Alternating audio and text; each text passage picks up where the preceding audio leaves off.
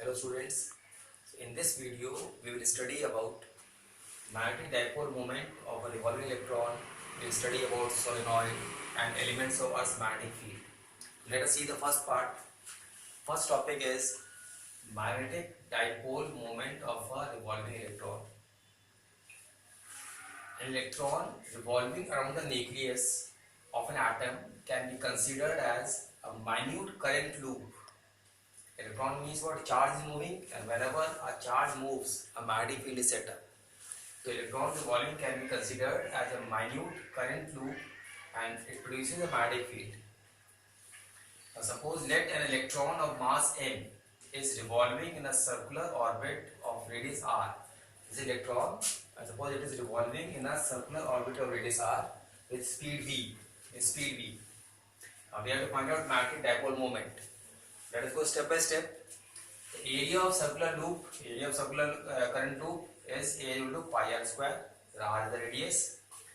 The magnitude of current is what? I is equal to Q upon T. The charge electron is E, it is E by T. Where T is the time period of revolution. Now how to find a time period? The total distance traveled in one circle complete revolution is 2 pi r and speed is v. The time period is 2 pi r upon v. Putting this value here, we get current I is equal to EV upon 2 pi r.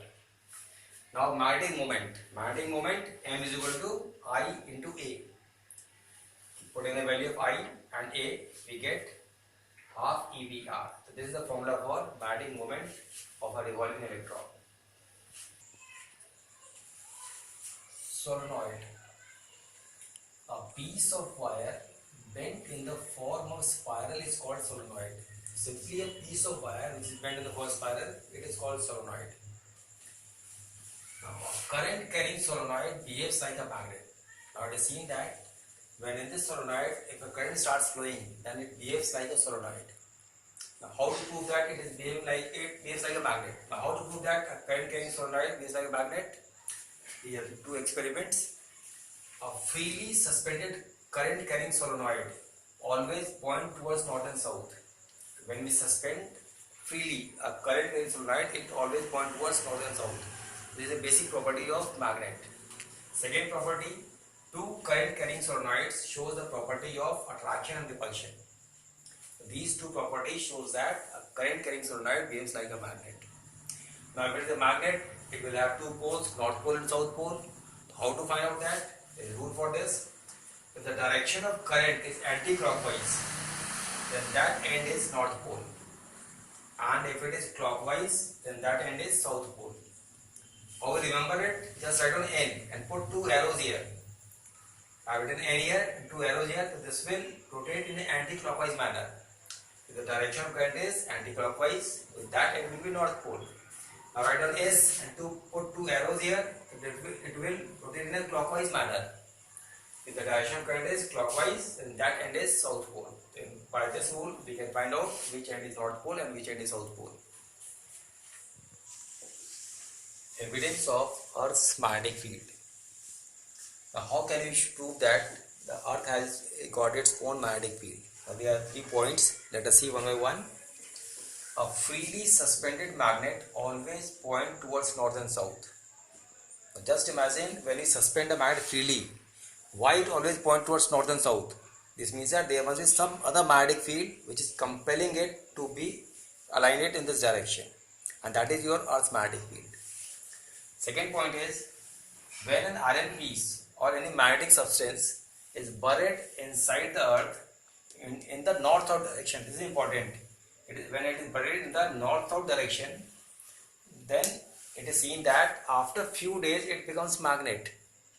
So when an iron piece is buried inside the Earth in the north-south direction, it becomes magnet after few days. This means what? There is some other magnetic field which is inducing the property of magnetism in that iron piece, and that is your Earth's magnetic field. Third point is availability of neutral point. Neutral point is that point at which net magnetic field is 0. So this neutral point, that if we have got one magnet, still we are getting a neutral point here. That means what? There is some other magnetic field at this point The magnetic field due to this magnet which we are seeing, and the magnetic field due to the other magnet which we are not seeing. It is opposite, equal and opposite. So that point is known as neutral point, and that is your Earth's magnetic field. The availability of neutral point shows that there is some other magnetic field, and that is Earth's magnetic field. So these 3 points prove that Earth has got its own magnetic field. Before taking the next topic, let us understand a few terms here. This is Earth I have drawn, and GN means geographic North Pole, and this is geographic South Pole. The line joining geographic North and geographic South is called geographical axis, and the plane passing through it is called geographic meridian. The plane passing through it is called geographic meridian. Now when we say a freely suspended magnet always point towards north and south, it is not exactly north and south. It is making some angle. If it is North Pole, it is magnetic north. It is making some angle with the geographic north. It is magnetic north and it is magnetic south. So line joining magnetic north and magnetic south is called magnetic axis, and the plane passing through it is called magnetic meridian. I have drawn another diagram here. This shaded one, it is geographic meridian, and the front that you are seeing, it is magnetic meridian. And the dip needle always rotates in the magnetic meridian. So this GN stands for geographic north, and this is magnetic north. Okay. Now next topic is elements of Earth's magnetic field. We have got 3 elements.